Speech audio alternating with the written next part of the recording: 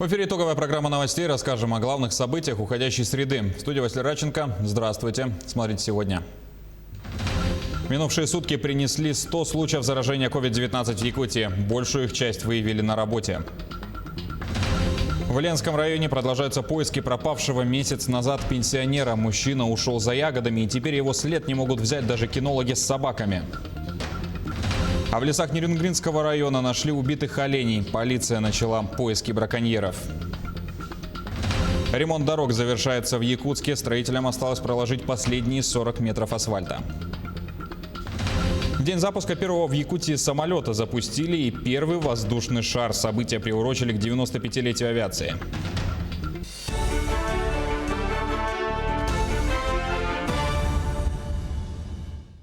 Свыше 23 миллиардов рублей направили в Якутии на антикризисные меры в 2020 году. Об этом сообщила министр экономики республики Майя Данилова. За месяц объем средств на эти цели в Якутии увеличился на 2 миллиарда рублей. На реализацию федеральных мер выделено почти 18 миллиардов, включая 1 миллиард 100 миллионов на отсрочки по налоговым платежам и 5 миллиардов на дотацию на сбалансированность госбюджета. Отмечается, что на реализацию региональных мер направили свыше 5,5 миллиардов рублей. Более 40 тысяч детей в возрасте от 3 до 7 лет получили ежемесячные выплаты в Якутии. Еще одна мера, предложенная президентом Владимиром Путиным по антикризисной поддержке семей с детьми от 3 до 16 лет в размере 10 тысяч рублей, перечислена более чем 120 тысячам заявителей. Общая сумма составила почти 2 миллиарда рублей. Ежемесячные дополнительные выплаты семьям по 5 тысяч рублей на ребенка в возрасте до 3 лет получили почти 40 тысяч семей на сумму свыше 600 миллионов. 100 новых случаев коронавируса выявили в Якутии за минувшие сутки. Из них в Якутске выявили 61, 8 заболевших в Татинском районе, 5 новых случаев в Амгинском. Также по данным оперативного штаба в Верхневилюйском, Вилюйском, Нюрбинском, Чурапчинском районах выявлено по 3 случая, в Аймиконском районе 2, в Намском, Среднеколымском, Тампонском, Усть-Алданском районах по 1 заболевшему. Также новые случаи обнаружены в Усть-Майском районе, где весной и летом практически не наблюдалось распространения инфекции. Сегодня наша основная задача – это прежде всего не дать большей нагрузки для учреждений здравоохранения, прежде всего, и не давать распространиться заболеванию дальше. Глава Республики Саха-Якутия поставил в обязательном порядке задачи перед муниципальными образованиями усилить ответственность и контроль за теми, кто не соблюдает санитарно-эпидемиологические требования, которые установлены сегодня на территории в целом Российской Федерации и которые применяются в Республике Саха-Якутия. Большинство заболевших коронавирусом в Якутии выявляют при контактах на работе. Об этом также заявила Ольга Балабкина. Она напомнила, что в учреждениях, где это возможно, должен быть организован удаленный режим. В предприятиях с очным принципом работы должны соблюдаться все меры, начиная от термометрии, заканчивая немедленным отстранением от работы сотрудников, которые имеют температуру и любые признаки ОРВИ. Большая ответственность также лежит на руководителях школ и детских садов. Традиционная форма и другие выбранные форматы обучения должны соответствовать всем установленным санитарно-эпидемиологическим требованиям. Контроль должен быть усилен, подчеркнула вице-премьер Якутии. Кроме того, по 4 случая выявили в Жиганском и Мигино-Кангаласском районах Якутии. Они связаны с учебными заведениями. Районными оперативными штабами принято решение по ограничению обучения в традиционной форме. Это детские сады и школы села Мая, Харанского 1, Нахаринского Наслегов и поселка Нижний Бестях. По Мигино-Кангаласскому району в нескольких населенных пунктах, а точнее в образовательных учреждениях, был объявлен карантин с 5 по 14 октября. Но на сегодня ситуация усложнилась. Оперативный штаб района решил 7 октября этого года до особого распоряжения перевести на дистанционную форму обучения учеников с 1 по 11 классы в нескольких образовательных учреждениях. Нижнебестяхская школа номер 2 вновь перешла на удаленку. Учебный год для всех обучающихся начался с 9 сентября. Они по сей день учились по смешанной форме, то есть классы были разделены по группам. Одна часть уроков проводилась в очной форме, а другая часть – в заочной. При этом масочный режим дезинфекции строго соблюдалась. Конкретно заболевших коронавирусом не было выявлено. Есть дети, которые заболели сезонными заболеваниями, ОРВИ, получается. И если ребенок заболевает, они сразу пишут. До этого, пока учились очно, писали заявление на дистанционное обучение. Поэтому пока не прерывался у нас образовательный процесс, все шло, как и должно быть. Теперь все классы снова пустуют. Лишь некоторые учителя, у кого нет возможности выхода в интернет, сидят в классе и проводят занятия. Если у кого-то вообще нет, бывает такое, единичные случаи, мы с ними связываемся по видеозвонку, по WhatsApp, по соцсетям. А школьникам слово «дистанционка» противоречит. Они не могут привыкнуть. Мне нравится. В школе лучше. Дистанционное обучение – это очень сложно. У меня 2 детей, и они учатся в разных классах. Обоих надо проконтролировать и ничего не упустить. Мне впервые сын за 8 лет сказал: «Мама, я хочу в школу». Детям сложно это все запомнить. Василий, ученик 8 класса, приехал из Тампонского района. Только начал проходить адаптацию на новом месте. Толком и не познакомился с ровесниками и со своими учителями. Не очень удобно. Вдруг интернета не будет или света, мы не будем учиться. Все мы твердо верим, что пандемия в скором времени закончится и все станет на свои места. Артур Старостин, Мегино-Кангаласский район.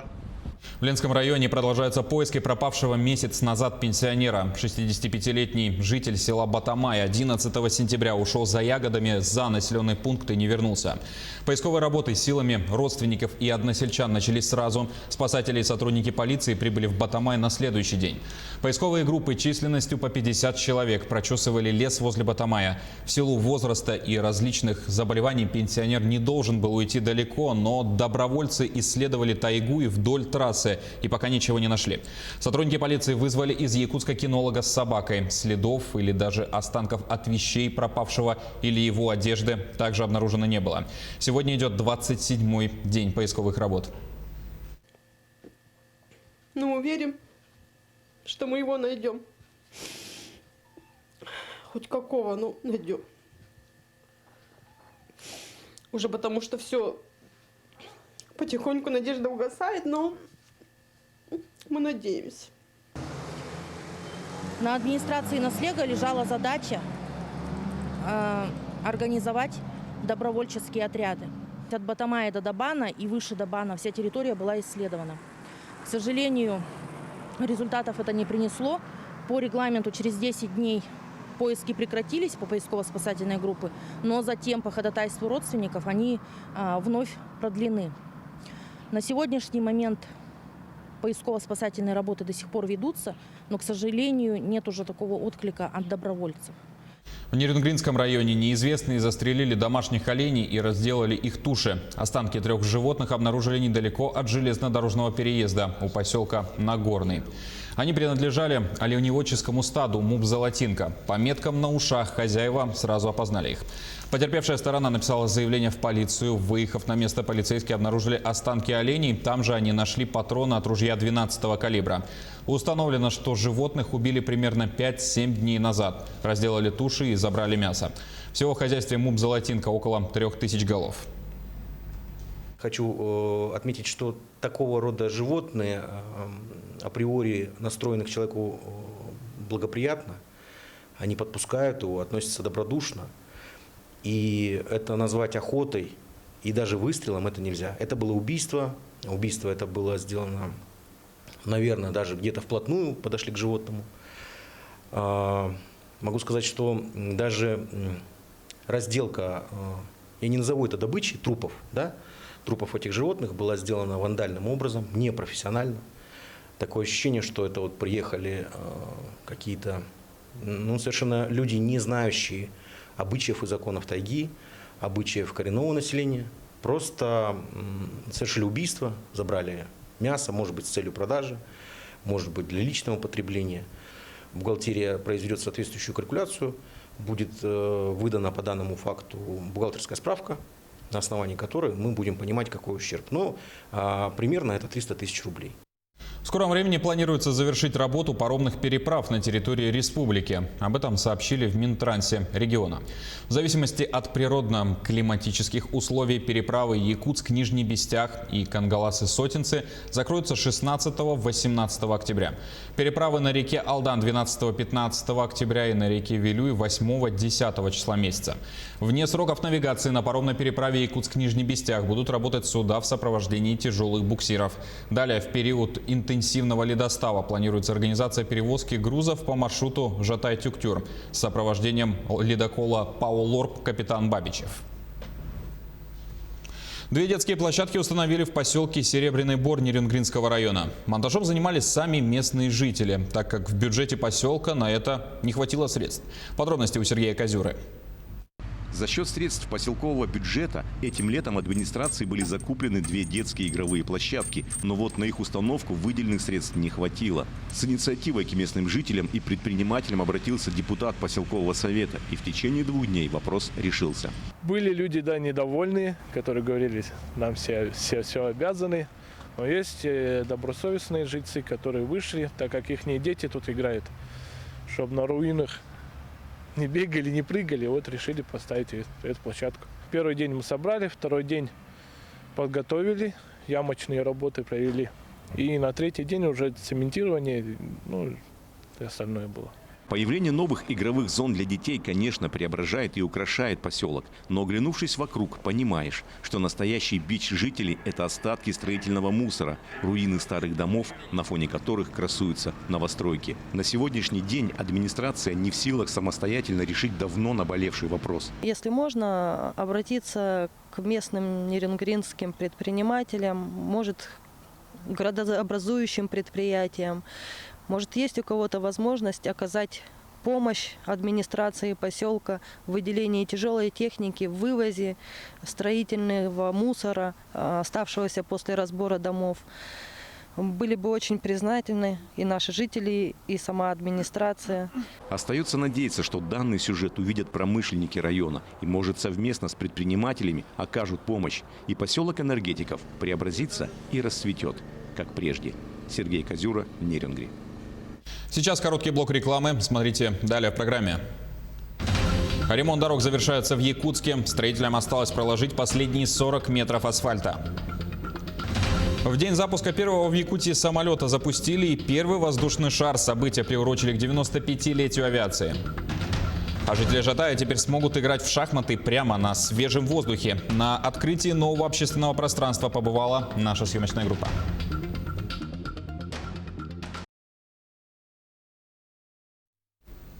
Это итоги дня. Продолжаем программу. Кабмин предложил меры по ускоренному строительству в рамках нацпроектов. Ответственными за финансирование назначены Минфин и Минэкономразвития России. Предполагается, что координационный орган правительства сможет использовать и перераспределять бюджетные средства по созданному механизму кредитования подрядчиков для долгосрочного выполнения госконтрактов. В тексте общенационального плана действий еще говорится о создании системы единых госзаказчиков в сфере строительства за бюджетные средства. Объем вложений по всем национальным проектам составит около 7 триллионов рублей. Ремонт дорог в столице республики на данный момент находится на завершающей стадии. В этом году в рамках нацпроекта «Безопасные и качественные автомобильные дороги» в Якутске было запланировано асфальтирование 23,5 километров дорог. На эти цели предусмотрены 1 миллиард 573 миллиона рублей. В список улиц вошли Воинская, Кеш-Алексеева, Петровского, Свердлова и другие, а также обустройство кольцевой развязки. Из плана на сегодняшний день осталось асфальтировать всего 40 метров на кольцевой развязке Гемиин. Там сейчас идет укладка тротуарных плит и доделывают автобусные остановки. Все работы должны быть завершены до конца этого месяца. Реконструкция транспортной развязки Гемиин у нас началась с апреля этого года и включает в себя полностью перенос инженерных коммуникаций и реконструкцию его и перенос центра оси ближе в эту сторону с увеличением пропускной способности, устройство отдельно выделенных карманов для автобусов и в целом увеличение пропускной способности. Сегодня в небе над Якутском на привокзальной площади взмыл первый аэростат. На воздушном шаре надпись «95 лет авиации Якутии». Именно 8 октября в столичном небе в 1925 году появился первый самолет. И вот спустя почти век в небо поднялся первый воздушный шар. Аэроклуб намерен привлечь к воздухоплавательному спорту молодежь и всех неравнодушных к романтике. Тему продолжит моя коллега Юлия Михайлова. Ну давай так сделаем. Отойдете, я слегка попробую приподняться. Мастер спорта по воздухоплаванию из Кунгура Пермского края прилетел в Якутск, чтобы помочь первым воздухоплавателям региона. Мы буквально созвонились там за 2-3 дня, решили там вопросы. Я взял отпуск и прилетел в ваш прекрасный край. Полет посвящен 95-летию якутской авиации. Но почему в регионе появился сначала самолет и спустя почти столетие воздушный шар? Во всем мире все происходит наоборот. Так шар нужно было на чем-то привезти, вот привезли на самолете, вот и все. Воздухоплавание сегодня наиболее развито в Подмосковье, Великих Луках, в Пятигорске, Нижнем Новгороде. А в Кунгуре, Пермском крае, ежегодно проходит федеральный фестиваль «Небесная ярмарка Урала». К нам есть гости из Японии, там, из Казахстана приезжают люди, из Польши, там, с Америки как-то приезжали ребята, вот, со всей России, соответственно. Вот, то есть это большой такой праздник не только для воздухоплавателей, но и для всего региона. И в наш регион может привлечь немало туристов массовая увлеченность воздухоплаванием. Подготовительная работа у нас длилась довольно долго. С 2017 года мы занимались регистрацией аэростата, получали необходимые знания и навыки. Якутские организаторы воздухоплавания – все профессиональные авиаторы и понимают, что полет на таком воздушном судне должен быть в первую очередь безопасным. Отвечаю за техническое состояние аэростата, чтобы было все исправно, все узлы, агрегаты и так далее. Если на самолете летали все жители региона, то на воздушном шаре пока никто. И первым пассажиром может оказаться любой, неравнодушный к романтике. Хотел бы прокатиться на воздушном шаре, да. Ну, полет – это же прекрасно. Испытать тот восторг, когда человек поднимается, начинает парить, ну, как птица. Юлия Михайлова, Владимир Павлов, телеканал «Якутия-24». Новый архитектурный объект в духе первого фильма о Гарри Поттере. Теперь в Жатае можно сыграть в шахматы прямо на свежем воздухе. Сегодня прошла презентация уличной доски. На открытии побывала и наш корреспондент Виктория Федорова. Больше всех необычной культурно-спортивной площадке рады, конечно же, юные жатайцы. Шахматное поле площадью 16 квадратных метров разместилось прямо на центральной площади поселка. Высота фигур чуть больше 1 метра. И вес у них совсем большой, около 2 килограммов. Поэтому их с легкостью могут поднимать как взрослые, так и дети. Мы очень рады, что открыли такую площадку, что она есть в многих странах, и теперь она тоже есть у нас. Ну, что у нас такой поселок хороший. Ну, очень классно, что много продвигается, много чего строят нового. И нам все это нравится. Может, мы скоро научимся тоже играть в шахматы и будем на этой площадке. Площадка открылась в рамках благотворительного проекта «Шахматы в города». Инициаторами выступили компания «Гранит Гранат» и завод «Выбор». По словам разработчиков, игровые клетки изготовлены из высококачественной брусчатки российского производства. К примеру, точно такую же использовали в 2018 году на чемпионате мира по футболу. Вот здесь стоит отметить специалистов Центра компетенции «Лето», с которыми совместно проработали место расположения, на каком именно объекте, в каком именно населенном пункте будет располагаться данный арт-объект. В настоящее время в поселке Жатай проживают более 10 тысяч человек. Отметим, что в августе этого года здесь обновили центральную площадь поселка. На управление архитектуры с идеей обновить площадь администрация Жатая вышла еще в 2018-м. Именно тогда начались первые шаги к благоустройству сердца поселка. Была придумана идея о том, чтобы взять за основу штурвал. То есть, получается, если смотреть на наш объект, то можно увидеть, что вот эти вот навесы, да, они как бы организуют собой такой круг, и наши дорожки, они исходят как линии штурвала. Изначально в проекте здесь были эти павильоны летние, да, ну как ярмарку, мы так вот задумывали, чтобы здесь как-то кипела жизнь, но жители сказали, что это как бы не то, что они хотят здесь видеть. Действительно, концепция проекта напрямую связана с деятельностью большинства жатайцев, ведь здесь находится крупнейший в Якутии судостроительный и судоремонтный завод. Отрадно, что в решении всех вопросов жители поселка принимают самое активное участие. Так и в этот день они не остались в стороне. она будет доступна всем ребятишкам. Это то есть будет больше время провождения на улице. И так как у меня ребенок любит играть в шахматы, она уже присматривает время, чтобы прийти здесь поиграть. Проектов по созданию комфортной среды с каждым годом становится все больше. И новые современные объекты будут появляться не только в столице, но и в других уголках республики. Виктория Федорова, Семен Семенов, Жатай. Это были главные события среды. Наш телеканал продолжает следить за новостями. Спасибо за внимание. До свидания.